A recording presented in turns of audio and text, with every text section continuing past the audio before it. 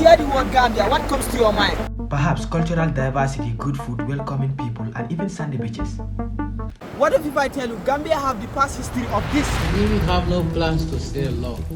All we are here for is to set a just system. I'm better than anyone you would ever have in this country. Dole ya bulol mutateng, dole ya singul mutabele aran tabulo kam dencho kam.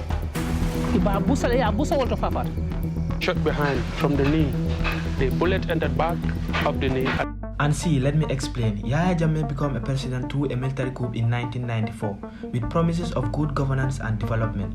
Instead, he started a brutal crackdown on the population, students, and opposition figures. And one of the most outspoken person Biden was called Solo Sandeng. He was arrested, tortured, and killed. In this video, I'm visiting a museum that is built in honor of the memory of Solo Sandeng, a hero that should never be forgotten. I am in Sukuta right now, heading to Turntable. Carl Sajo, my best friends, Carl Sajo and Kabacham, they will be waiting for me. Today we are going to the museum. So soon I'm going to take a car. I'll be in the car, then head to Turntable. So from Turntable, we'll go to Senegambia. Then we are going to the Solo Sandeng Museum. I don't know what to expect. Carl Sajo have been calling me. My credit is finished, so I don't get in touch with them. So hopefully, if I go to Turntable, I'll meet everything is okay. Actually, I'm on Gambian taxis that I am. This is the best.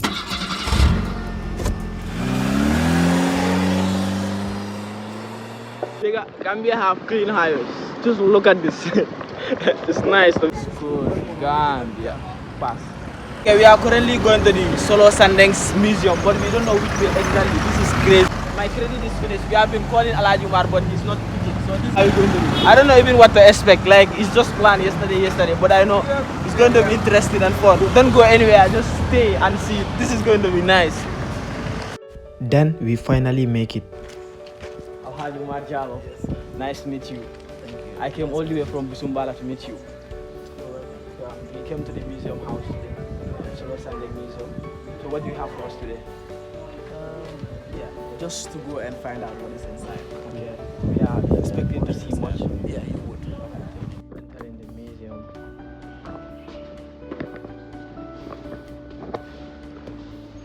This is the museum. Thanks to everyone who subscribed to my YouTube channel. I'm very happy and grateful. We recently hit 5k views on YouTube, which I'm very happy. I recently started uploading on YouTube not long ago. I'm hitting this, which I'm very happy of. I just have another thing to say. If you want to support me in any other way, financially, advisory, anything you want to say, you can check out my email. My email is in the description. Yeah, with all that being said, let's go back to the story. I've been here right now. This is just mind-blowing. Just remembering, thinking about the past of the Gambia, what happened here, and the struggles that Solo Sandeng did for this country. This is mind-blowing. These photos, all these people are victims of the former regime. This is like, I'm feeling it right now. It's very painful. Like, just saying this is Solo Sandeng. He's a hero. He fought for this country. So everyone, you should come and visit this museum. Everything is free. We have Alaji Umar here. We'll explain everything for you freely. Sure. Before coming, I have many questions in mind. Is the government and the international community doing enough to support the victims?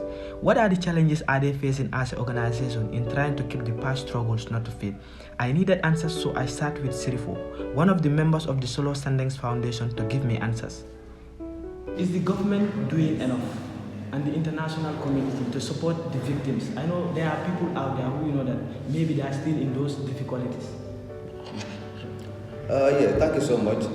First of all, welcome to Solo Sandeng Foundation.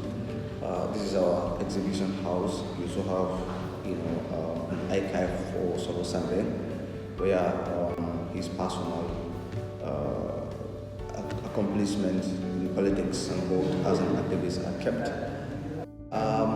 Okay, so the question whether government is doing enough or the international community for the victims is kind of a double sword question. So first, the government is under a duty, both international duty and under our constitution, to respect, promote and fulfill rights, which includes right to reparations and right to remedy if you fall victim, by virtue of the acts of government or its agents. So as we speak, The government set up the TRRC, as you know, and the TRRC made close to 265 recommendations. The government accepted 263 recommendations and then started to implement those recommendations. So as of 2024, May 2024, coming to now, out of the 263 recommendations, the government implemented only 16 fully. So others are ongoing and others are pending. International community supports financially, technically, or otherwise, but they are not under strict obligations just like the government. So the government currently have put in so many measures to be able to assist victims and to also make sure that victims get the justice that they deserve through prosecution, through reparations, and so on.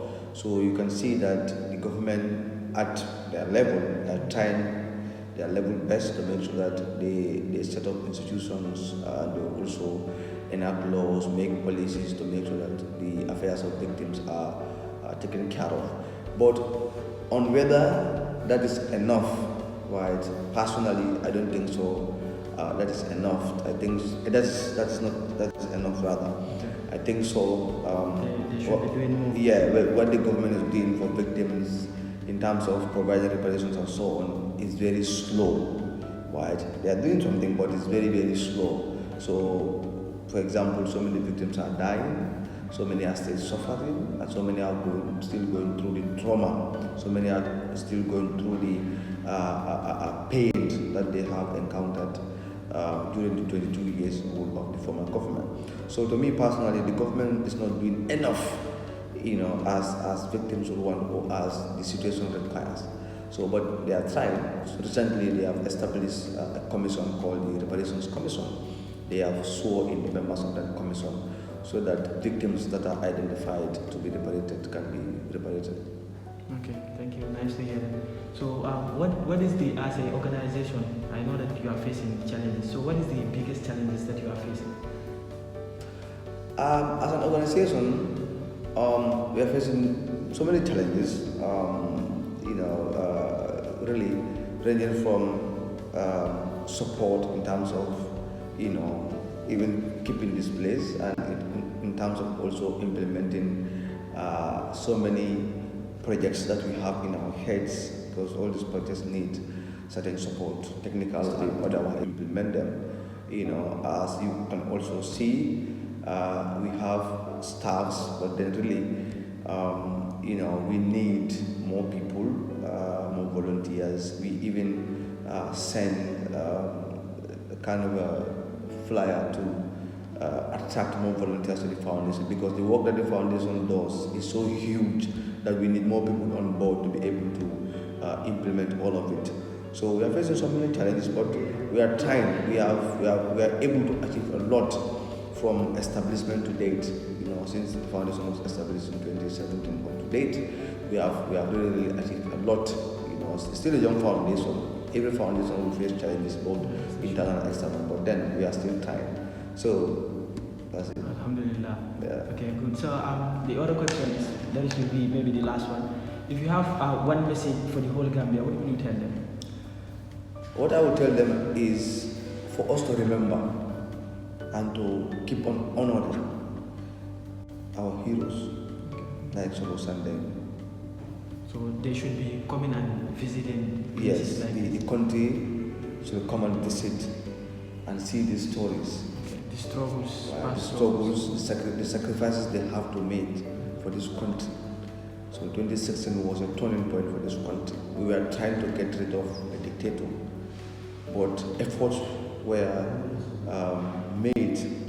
But 2016 was a turning point, and that turning point was triggered by the protests, the peaceful protests of sandeng and co. So this country should keep on honoring the likes of sandeng and his colleagues. We should keep on remembering them. We should make sure that we continue what they have died for. The principles, the values they have lived and died for, we continue. That's what this foundation is doing. Sandeng died for us. He died for electoral reforms. He died for rule of law. He died for democracy. And he also died so that you and I can have all the social economic and every